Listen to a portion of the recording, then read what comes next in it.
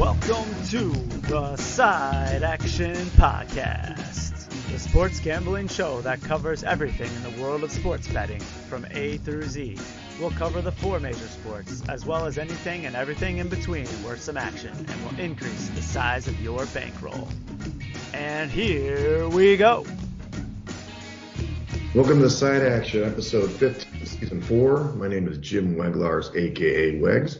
You can follow me at Wegspool on Twitter and Instagram. And this is Steve Roberts, a.k.a. Action. You can follow me on Twitter at 31sroberts. Follow the podcast at Side Action Pod on Twitter. Action, another week. We're in December, heart of December now. Dog days of winter, sort of, maybe, more or less. And how are things going for you in Detroit over there? Pretty cold. It's maybe not as cold as your apartment, but the outside is cold at least. I think you can probably touch on that in a minute. Other than that, just got the house all ready to go for Christmas holidays. We went to a SantaCon bar crawl last weekend at Royal Oak. That was a pretty good time. Got a few drinks with friends and then back here and pretty much just holed up watching football the rest of the weekend and work. How about you? I was waiting to see some pictures from the SantaCon. Where's your elf outfit? I thought you were going to dress up like elf. That's what you told me. We both had Miller Lite sweaters on, thanks to my brother supplying the merch. And nice. They were giving away like reindeer ears or horns and like Santa hats at the door, but I never actually put mine on. You can't mess up the hair, guys. That's right. The Side Action is represented by excellent hair in Detroit. No, I'm doing okay. As Action referenced, my apartment is completely freezing. I've been complaining for 2 weeks, and the heat is not really on. It's on in a couple of rooms, and you can hear my voice, my signature raspy voice today, fighting something in my throat now. But I had a good time. Obviously, I was at the big holiday party last week in Philly. Had some pretty good times out there. Throwing down, then I rolled right into town, went to coaching. The Pistons got a win. This is the fan Pistons of Evanston. Not the Detroit Pistons. Not the Detroit Pistons. We probably couldn't compete with those guys, but sometimes. But and then a bit busy week. I had a holiday happy hour here that I hosted yesterday. Kind of like I used to do back in the old days. We got some people out first time in 2 years, which is fun. Pretty awesome. Actually, a little note here. I went out to my cousin, Tom Doherty, Tommy's great. He's got his Friday Night Beers podcast. I'm just going to give him a cross promote. He's great. He does that every week and launches it on Fridays. He invited me to go to trivia on Tuesday at his local bar called The Standard, which is in Wicker Park, right in Milwaukee. So we had a shot at winning. We ended up coming in fourth. We missed one of the questions, and the key question was, this is the key question. You got to name 4 states that start with the letter M that have the population between 5 and 8 million. Wow. And we had the list. And I thought we had the list. I was wavering a little bit on Missouri. I was thinking, so we had rattled off Massachusetts, Maryland, Minnesota, and Michigan. Those were our top 4. And then in the end, I'm like, wait, what about Missouri? And he went to Mizzou. So he's like, not Missouri. It's not Missouri. It's too small. I'm like, what about the 2 big cities? No. And I'm like, okay. I'm like, all right. And I was thinking in my head, electoral college votes, trying to do the math. Yeah. So it turns out the Missouri was in the mix and Michigan was out. And I thought to myself, Michigan, man, I know they've lost a lot of population. But it's a trick question, Action. Do you know how many people live in the state of Michigan? More than 8 billion, I bet. They do. A little over 10 million. It's like a 10.6. So the trivia people kind of do a little dipsy-do on us there. But anyway, whatever. Where our metro area in Detroit here is bigger and wider than you could ever imagine. It takes several hours to get across the metro area sometimes. So. And you got little cities, too. So anyway. Now I know the capital. Now I know the population of your states. Good. Two more here in our house. So. Yeah, exactly. There you go. +2. Let's get into the week, week 13 recap, and we'll get into how we did in the contest later, which is exciting. We've been talking about this for a while, but the underdogs are starting to lose up a little bit, right? The dogs, came in 6-8 last week against the spread. A little bit of a correction. But the road dogs still did pretty good, 3-2 against the spread. And in general, road teams were doing well, 8-6, but they were mostly favored, I guess. And then the unders still cashing in. I mean, 9-5. That's been a season-long thing, and I'm not sure what to say about that. If scoring is down, or if it's just the inflated lines. But Yeah. zero games really being affected by the spread. Yeah, I mean, to touch on the totals, I think it has a lot to do with the fans being back in the stands this year. You've seen odds makers that probably overcorrected after an influx of scoring last season. And with the fans in the stands, it certainly hinders those offenses a little bit more. But the unders have just been crushing lately. Another profitable week going that direction. And you've seen a correction this week in the market. I think the average total across the board this week is like 45, maybe. Right. Very low. There's only 2 games over 50, I think. But of course, the game last night shot over. But yeah, I mean, it was kind of interesting. Just it's weird. I mean, it's a weird year, but I think the spreads are starting to get corrected, is what I'm trying to say. It's getting a little bit more flipped back. Not 100%. Dogs are still winning the day overall, but the favorites are coming back. Yep. Well, some of the highs I noted, action, I've got Arizona as road warriors. This is amazing. This team, as we noted last week, at least I don't know if we did it on the pod or we did it in our discussion, Arizona is now 7-0 against the spread on the road. Kyler Murray obviously looked really good in his return, and they dominated the Bears. I mean, it got a little close at the end, but they were definitely the right side. They dominated that game against the Bears. Yeah, Arizona, another dominant road performance. And really, in the first half, they made no question about it. They jumped out to a big lead, and Andy Dalton and company had no chance to come back in that one. That's right. Another one of our games that actually worked out in our favor, not necessarily for our pick, but the Chiefs. The Chiefs were in full form. I mean, they actually covered a double-digit spread. We talked about it last week that it wasn't possible. The Broncos were an index pick just because of the numbers, but Chiefs came to play, and they covered that 9.5 pretty easily in this one. The Broncos really only scored 9 points in this game, and there's a pick six in this one too. So the Chiefs defense is apparently, I mean, the Broncos aren't a great offense, but they've continued their dominance, and which really helps the Chiefs win games. Yeah.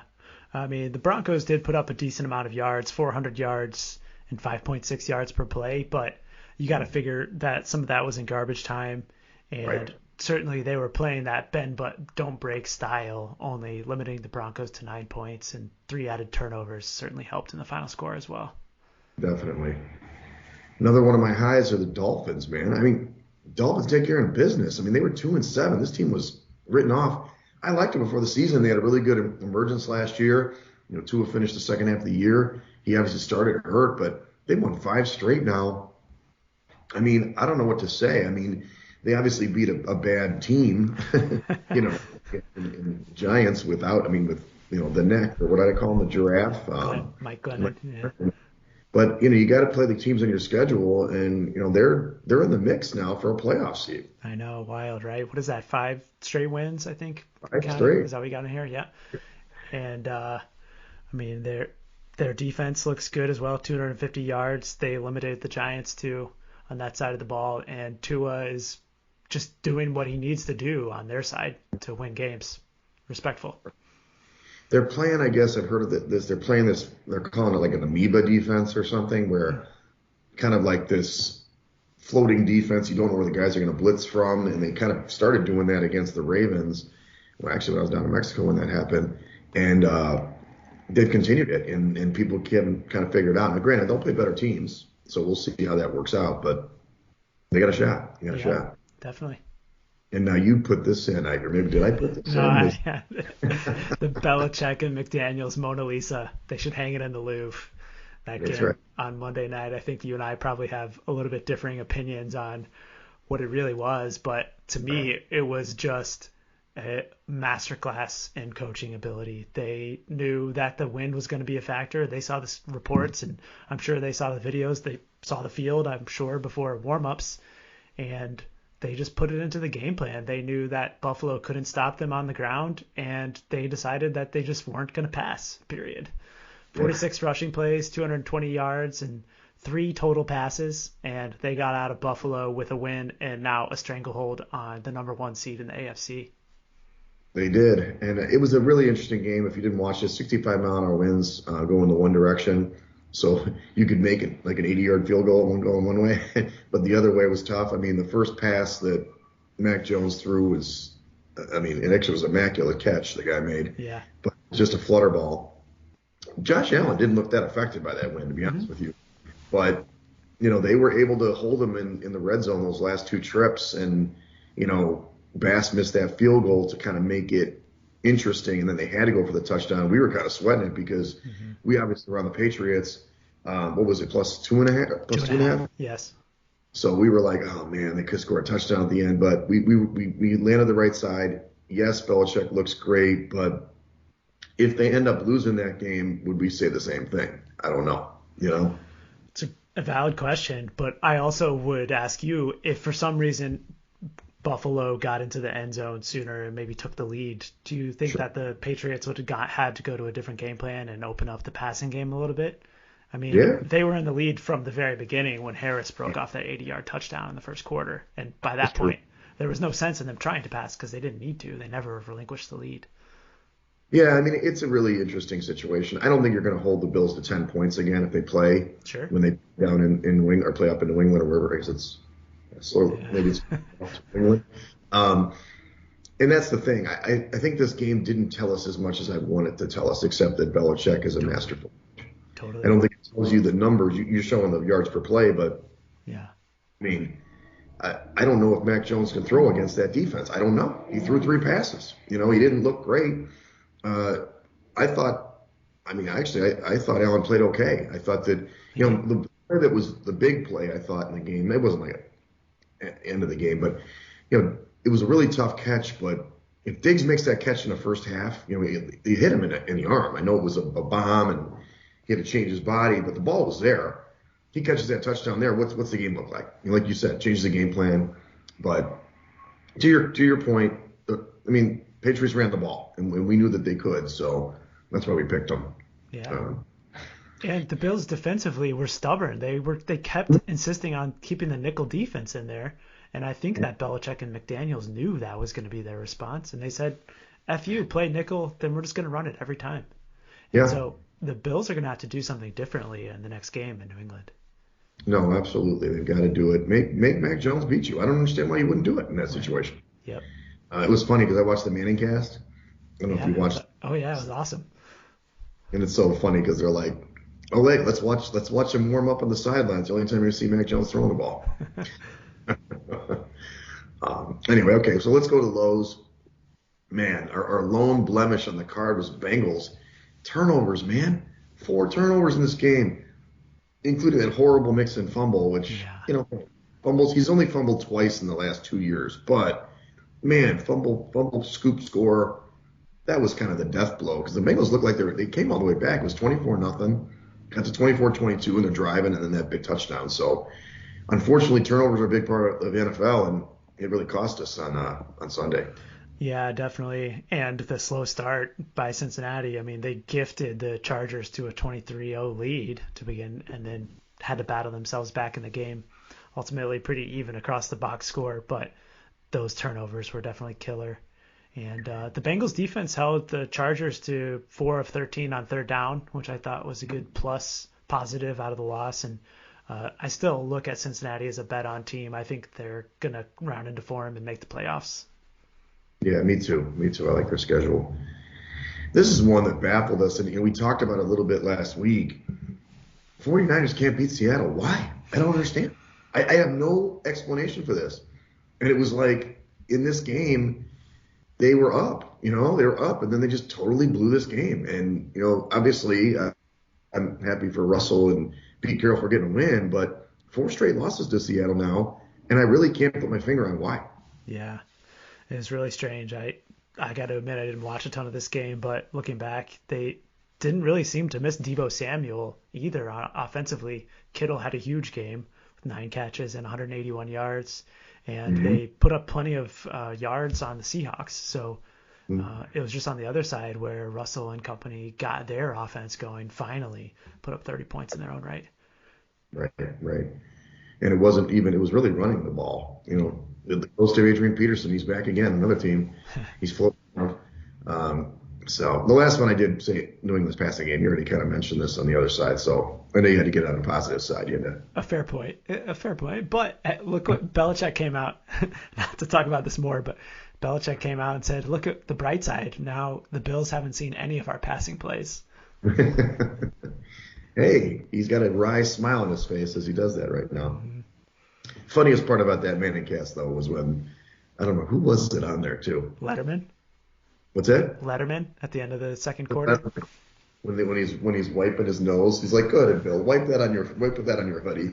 He's wiping his nose with his hand and wiping on his hoodie. It's hilarious. All right, well, let's talk about some key injuries, which are some big ones. Marlon Humphrey for Baltimore. This is a big one. He's out for the season now. Their top corner torn pec, and that was an interesting result in that game. I don't know.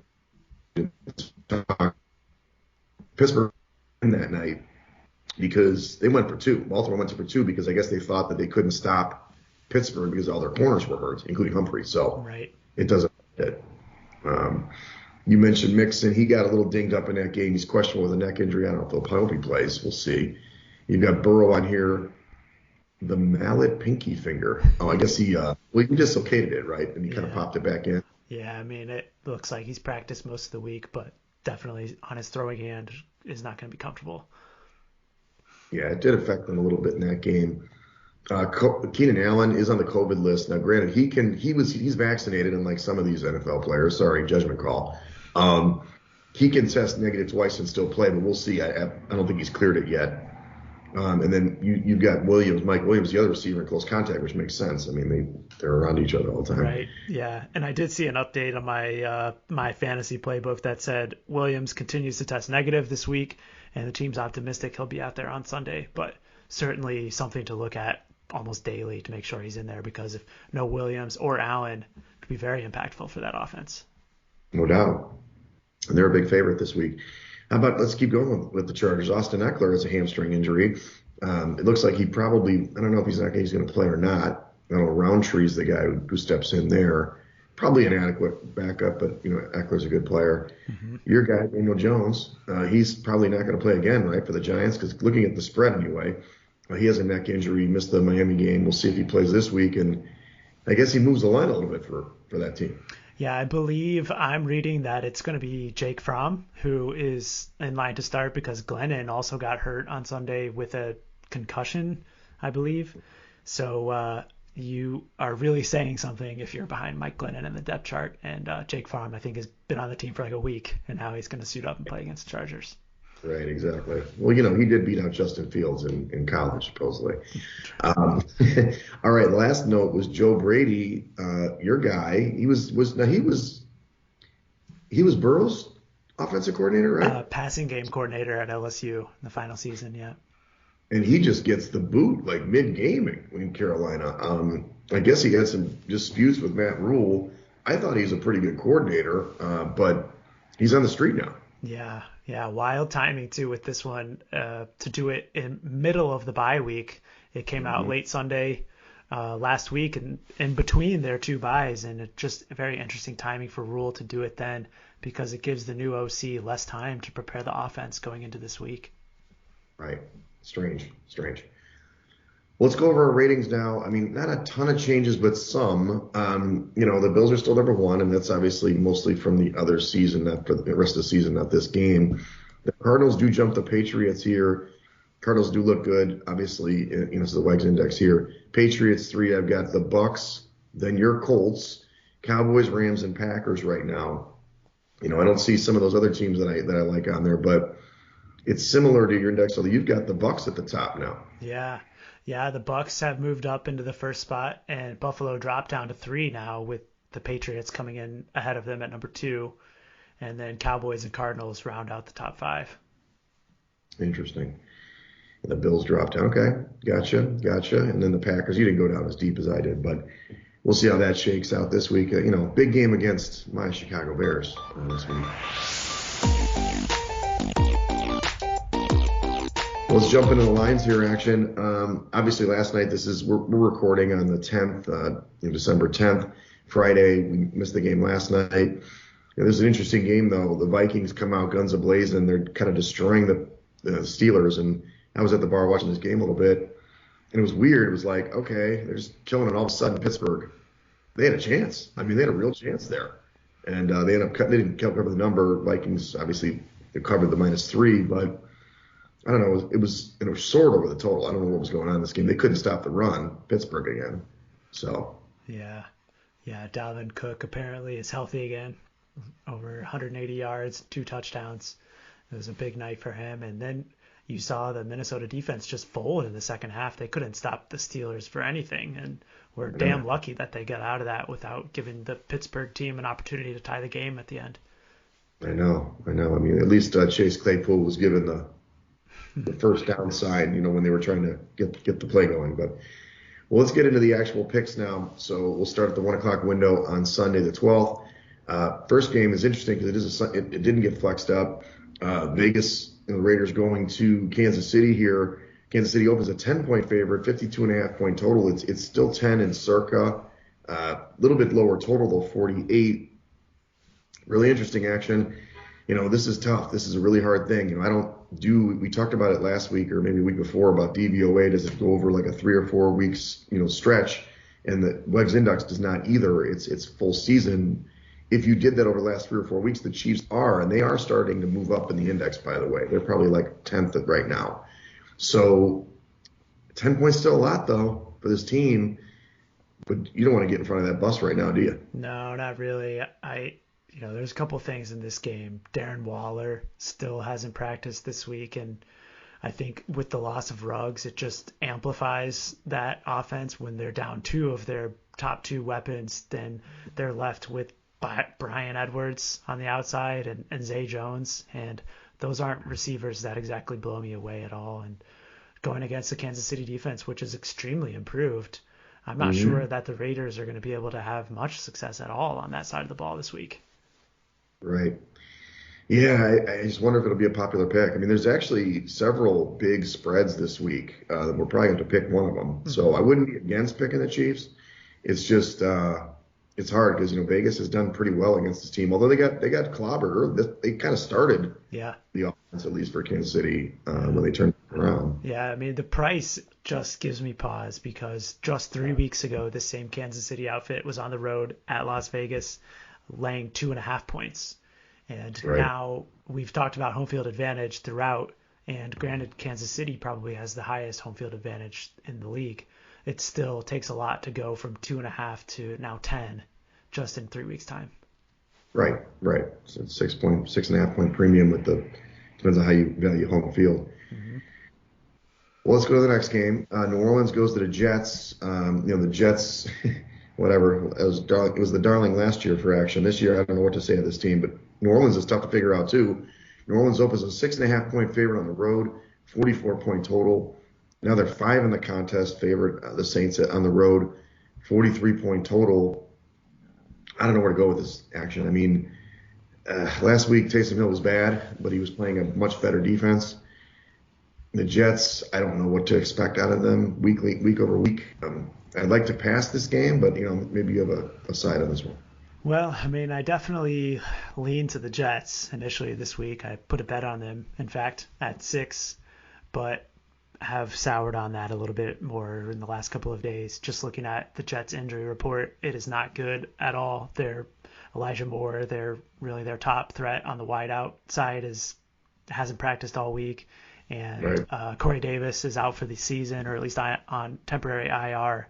And so I'm not really sure that this offense has a lot of weapons for Zach Wilson to go to this week. And I mean, I fully expect it to be a very low scoring game. We saw the last time Taysom Hill was out, he threw 3 straight interceptions in that primetime game. So I don't think that the New Orleans offense is going to be able to do much either. And long story short, I think we should pass 2. Thank you. Is Alvin Kamara playing? Let's see. Alvin Kamara has practiced all week, Wednesday, Thursday, Friday, full practice. So that is a huge get back for the Saints. Good call. It is. So it's something to consider, but we'll see. You know what to say. Okay, so next game, big game. San Francisco going to Cincinnati. San Francisco, they both these teams laid eggs last week. So they're both coming off big losses.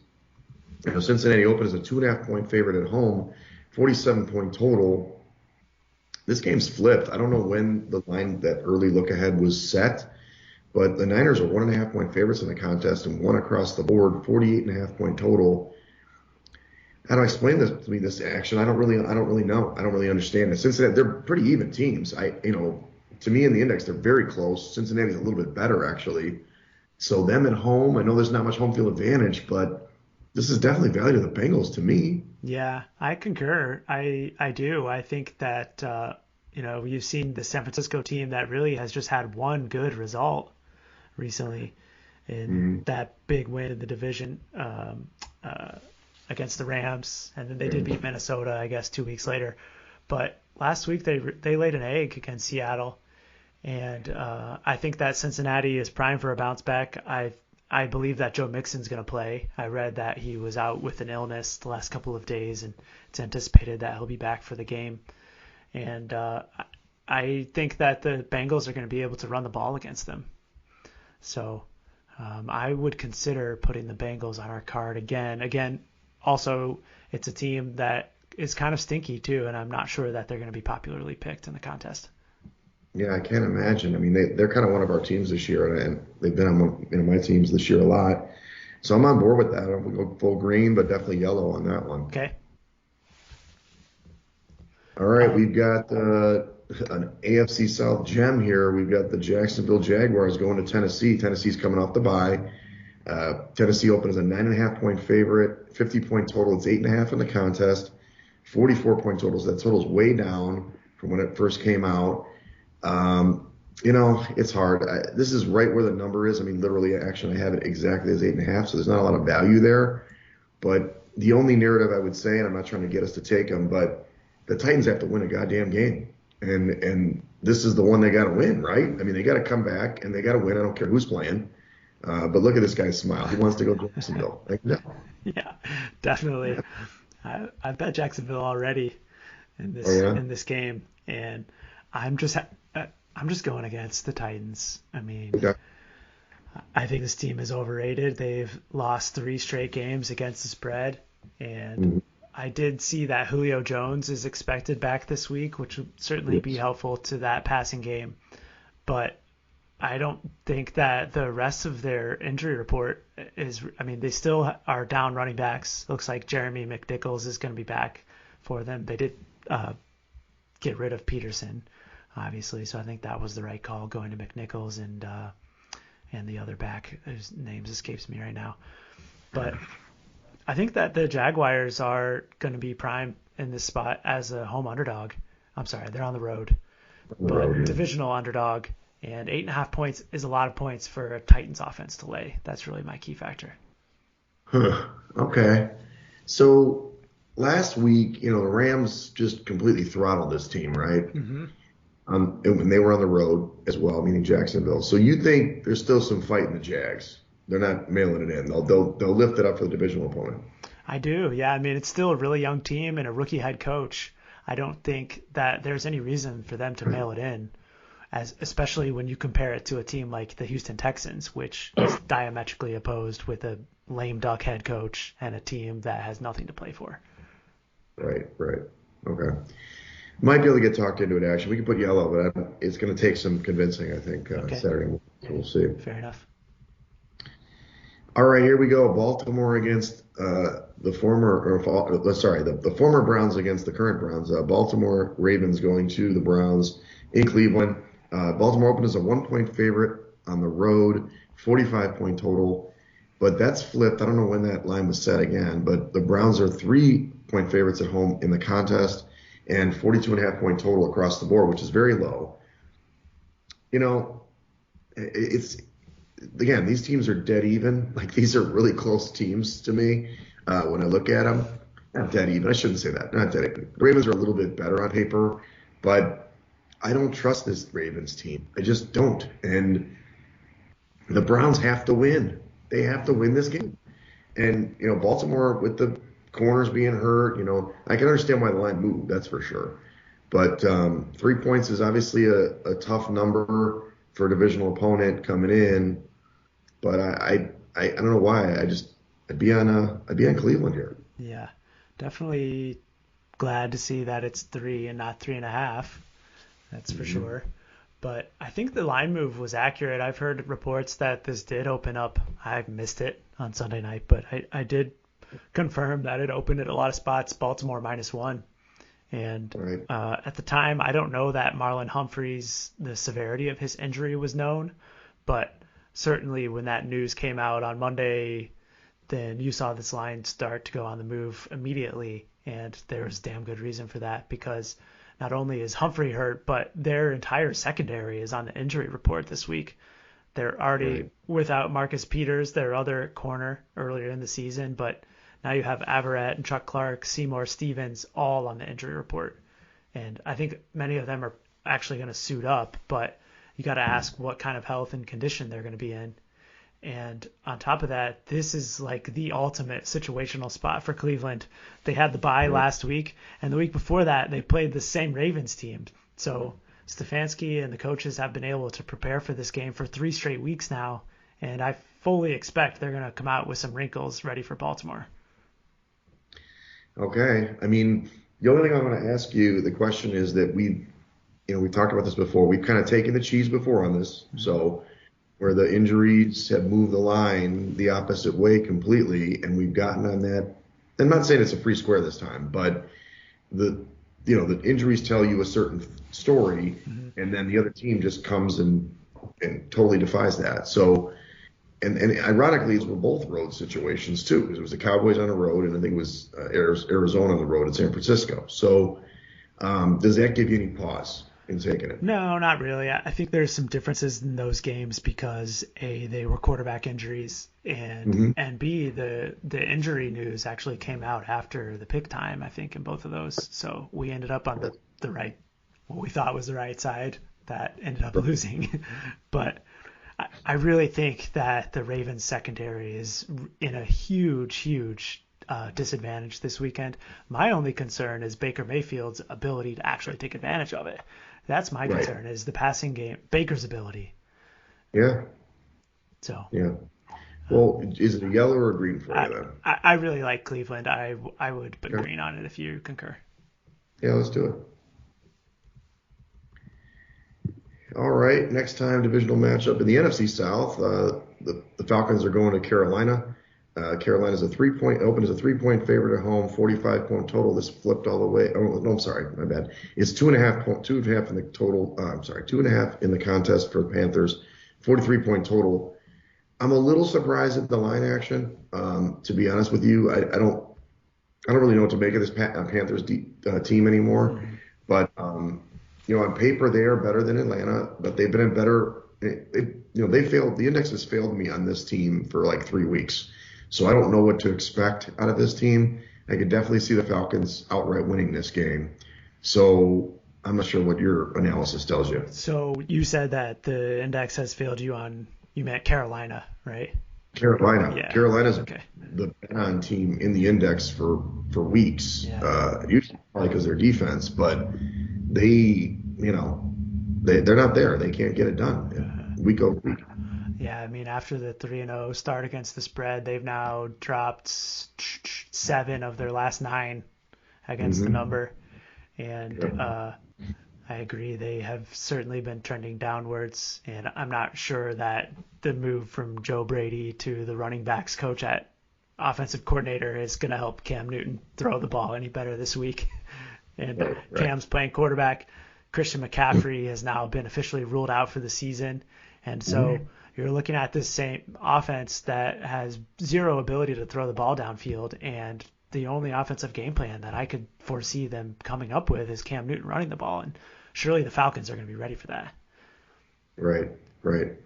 Yeah, it's interesting. It's a curious line. I mean, it's interesting. Atlanta's been playing decent, right? What are they against the number the last 5 weeks, let's say? Yeah, 1 cover in the last 4 games, but the 3 losses were against Tampa Bay, New England, and Dallas. So yeah, good. You're talking about a strength of schedule issue there. But last week we saw Cordero Patterson come back into the lineup, and this offense is a completely different animal when he's playing. Yep. They presumably could have covered that game driving late last week against Tampa too. So Right. I like the Falcons in this spot. I think that they are in a good chance to come out and win this game outright. I agree with you 100%. This is the Josh Applebaum special. Under 5 points, divisional road dog. This is the system. So let's put that one on there. Okay. Okay, so Dallas and Washington. Washington obviously went out to the Raiders and won, which we predicted. So with Dallas open as a 5-point favorite on the road, 49-point total. They're 4.5 in the contest.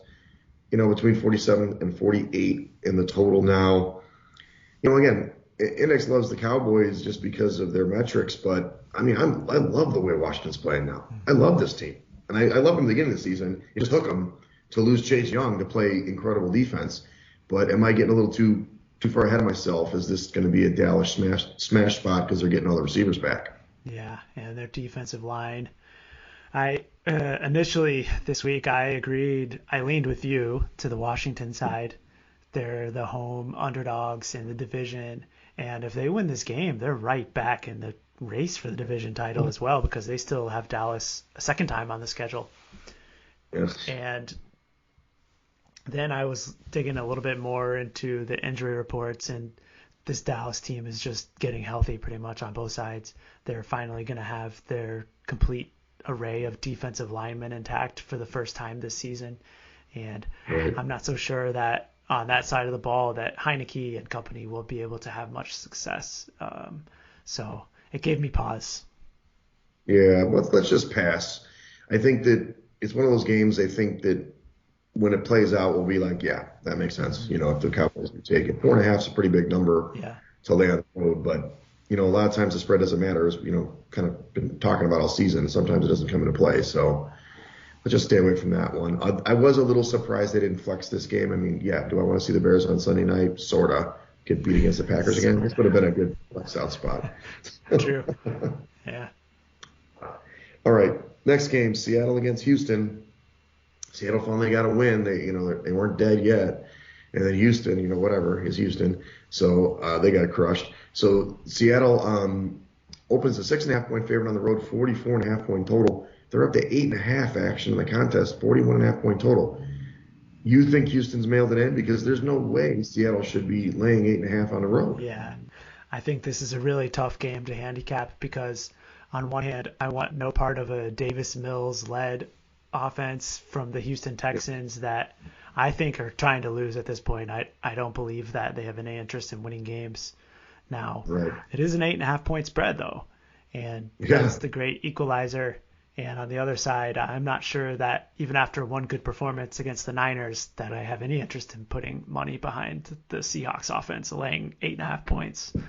That's crazy. So I think it's a good teaser spot if you're inclined to do sort of thing with the Seahawks.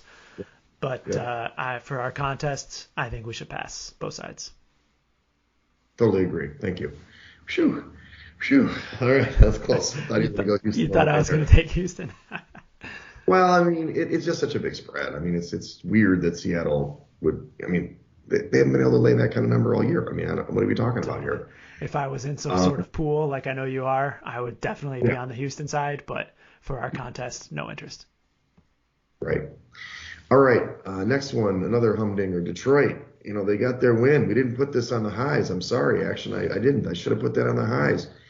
Detroit got their win against Minnesota. They almost didn't get it. They were winning all game and almost blew it and had to win on the last play of the game. So sorry, Lions lovers. That was a high as well. They're going to Denver. Denver is they open as an 8.5-point favorite at home, 43.5-point total. In the contest, it's Broncos minus 10, 42-point total. Another bizarre line to me, action. Do you think that odds makers are thinking Detroit got their win and they're giving up? I don't believe it. I think they're playing hard. 10 points is too much for the Broncos to me. Yeah, it definitely is. This offense is not one that should be laying 10 points to anyone in this league. But I think you're right. I think there's some sense of that from the odds makers and the public bettors as well, that Detroit got their one win and they're going to come out flat the next week. And they might. But It might. Laying 10 points with the Broncos is not something I'm interested in, especially when I read that the second running back is coming back this week. And I think that Fangio and company are stupid enough to actually get him involved, even though Javonte Williams is awesome. And Yeah. I forget the back out of Mel- Wisconsin. Gordon, thank you. Melvin. Yeah, he should be benched. But Yeah, he should be benched. I've got Javonte Williams. I want to win this game in my fantasy league. The guy was amazing. Yeah. Look at how good he was. Just let him run. But, yeah, Fangio. this is a tough one for me. I think we should pass it as well. Look at this. A lot of passes this week. And I don't blame you, man. These big spreads are hard. I mean, it's really hard sometimes, even though for the most part, it's pick the winner, right? In all these games, I wouldn't surprise me if Detroit outright wins again, just even with the spread. I mean, it's crazy. Yeah. All right, here's an interesting one. So we've got the Giants with apparently Jake Fromm, you said, Yeah. going to the Chargers. The Chargers get that big win at Cincinnati. They open as a 7-point favorite at home, 46.5-point total. It's up to 10 action. And then again, 43.5 to 42.5-point total there. Huge spread. I can't do it. I think the Chargers, maybe they turn a corner. They finally actually won a game. They look pretty good. But this team never covers numbers. They just don't cover numbers, especially at home. 10 points. I mean, the Giants stink. And you got Jake Fromm. I mean, his first start. Obviously, that's the handicap. But you get on board with 10 points with the Chargers? No, I don't think so at all. Especially with the team that has such a porous run defense. But I'm not so certain that the Giants are going to be equipped to take advantage of that. They're only 28th against on offensive rush DVOA this season, and I certainly don't want to be back at Jake Fromm either.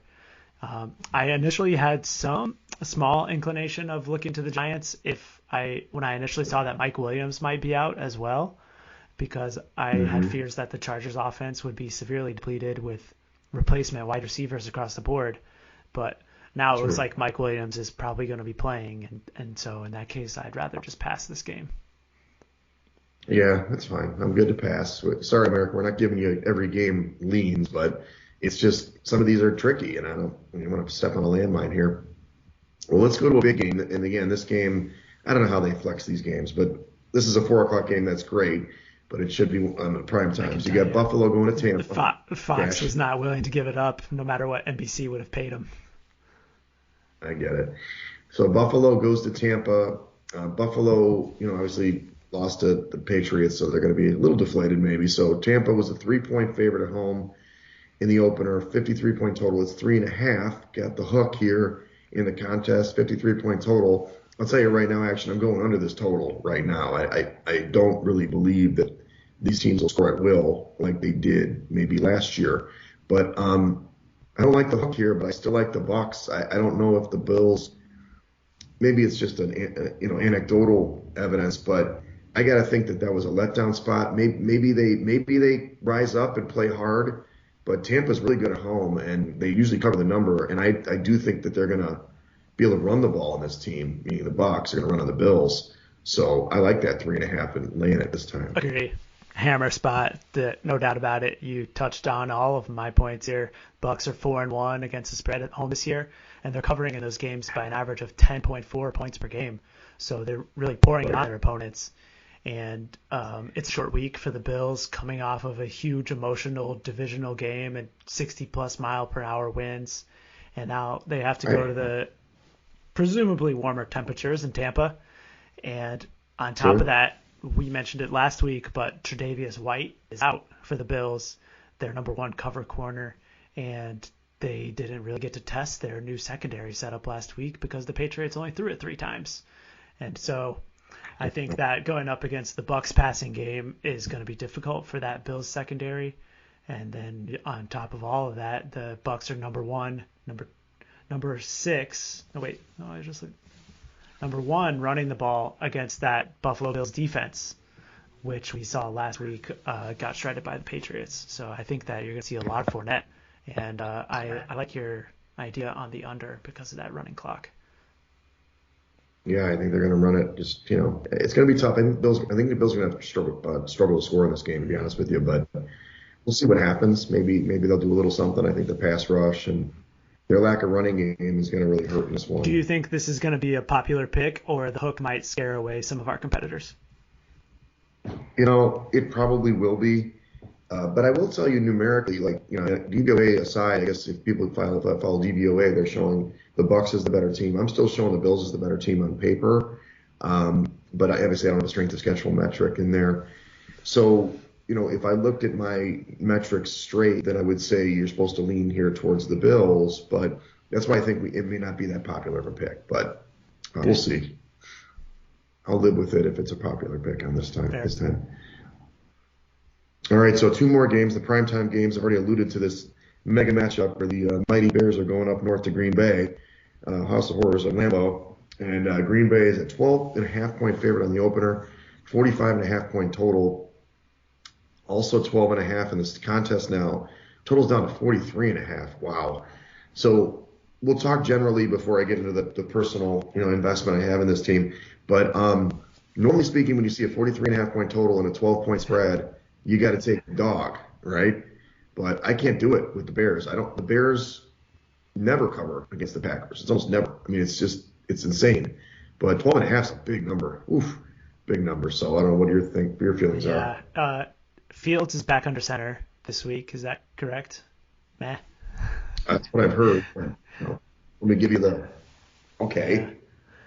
I agree with you that I think I would only lean to one way in this game with the Packers. You know that Aaron Rodgers owns the Bears now, Wegs. So.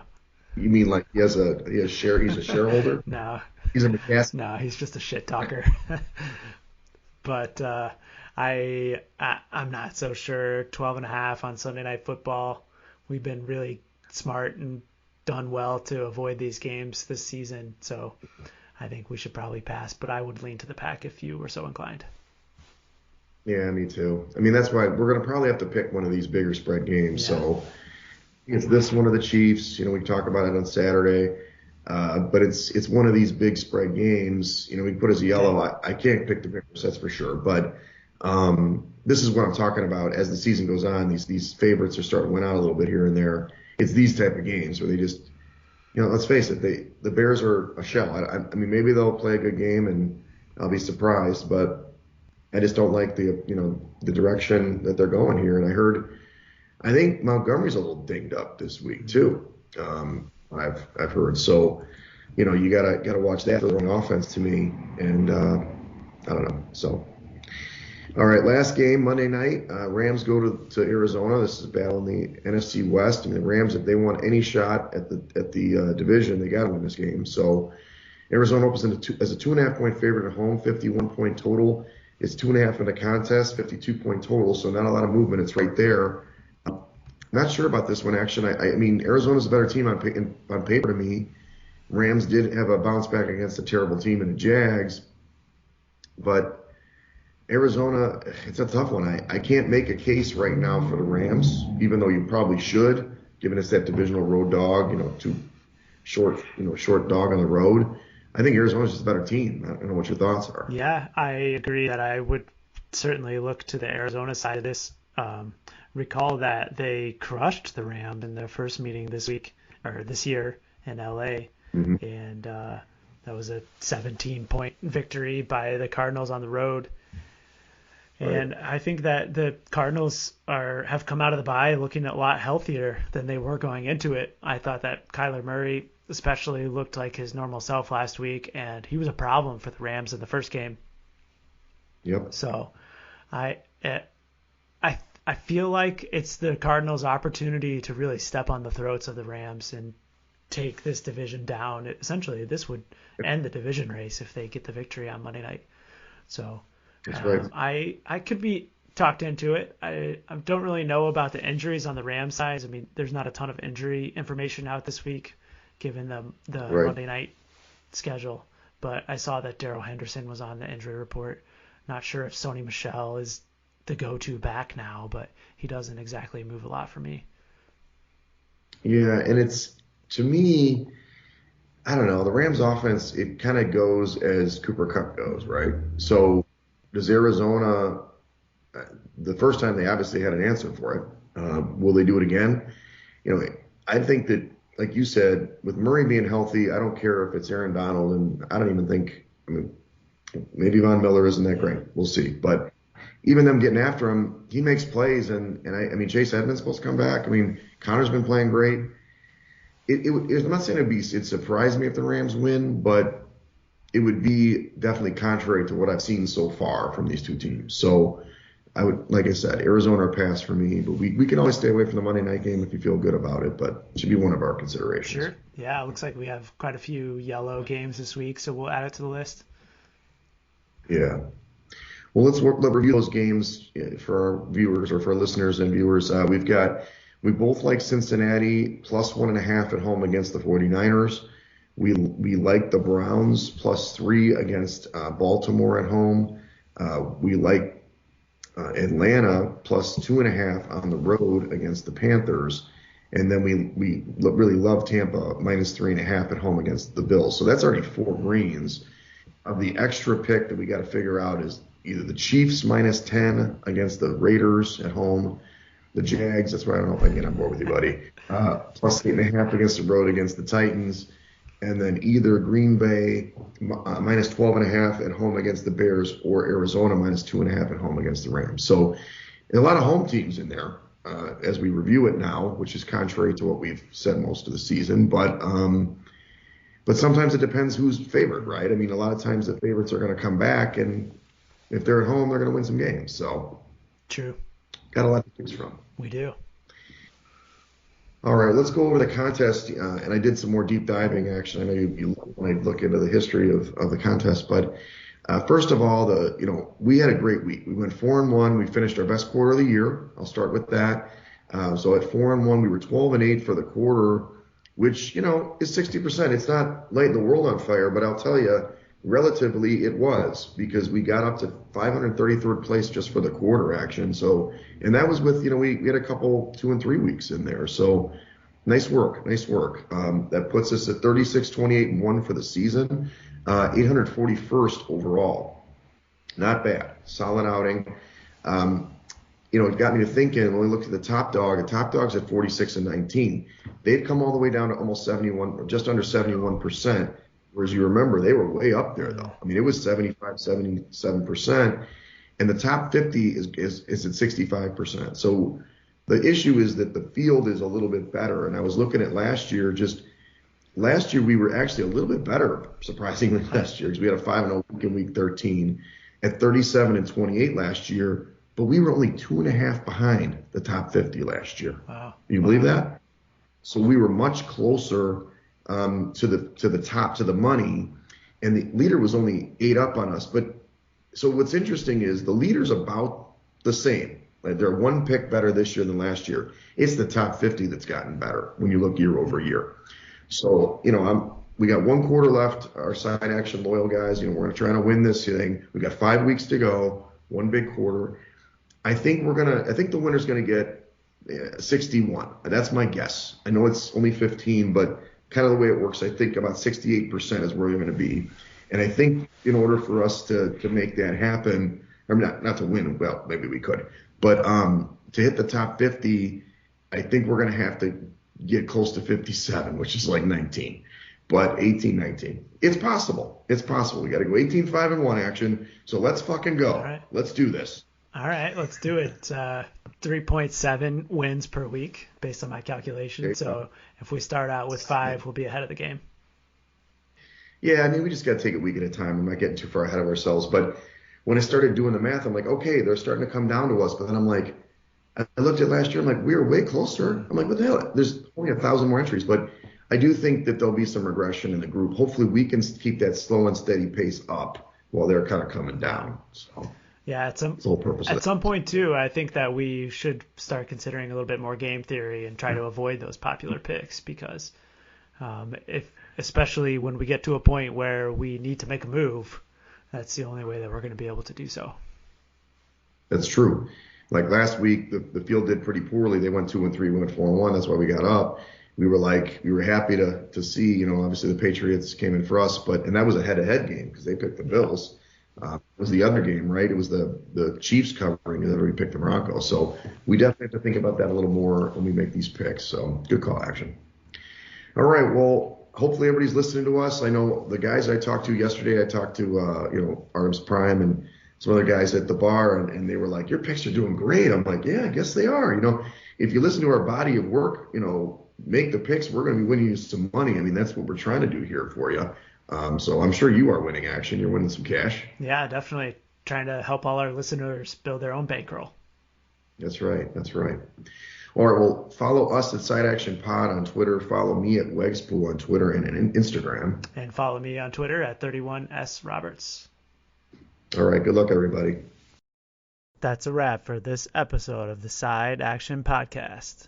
We appreciate all of your listens and thank you for joining us. We'll see you all again next week on Thursday for some more hot picks and side action.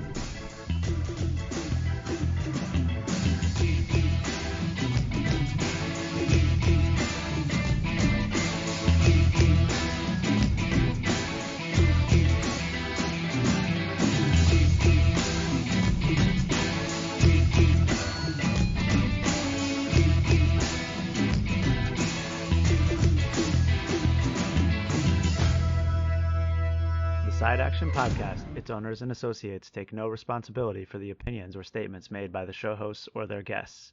Statements or show topics are not necessarily the beliefs of this podcast, and opinions between talk show hosts may conflict. Individuals following the advice given on the podcast accept their own risk of losses from wagers made, as the Side Action Podcast, its owners, hosts, associates, or guests will not guarantee any advice given. The opinions and advice given on the Side Action Podcast is for entertainment purposes only. Gambling problem? Call 1-800-GAMBLER. Intro and outro and transition music credits. Song titles Jerry 5 and District 4 by Kevin MacLeod at incompetech.org. Licensed under Creative Commons Attribution 3.0. creativecommons.org/licenses/by 3.0.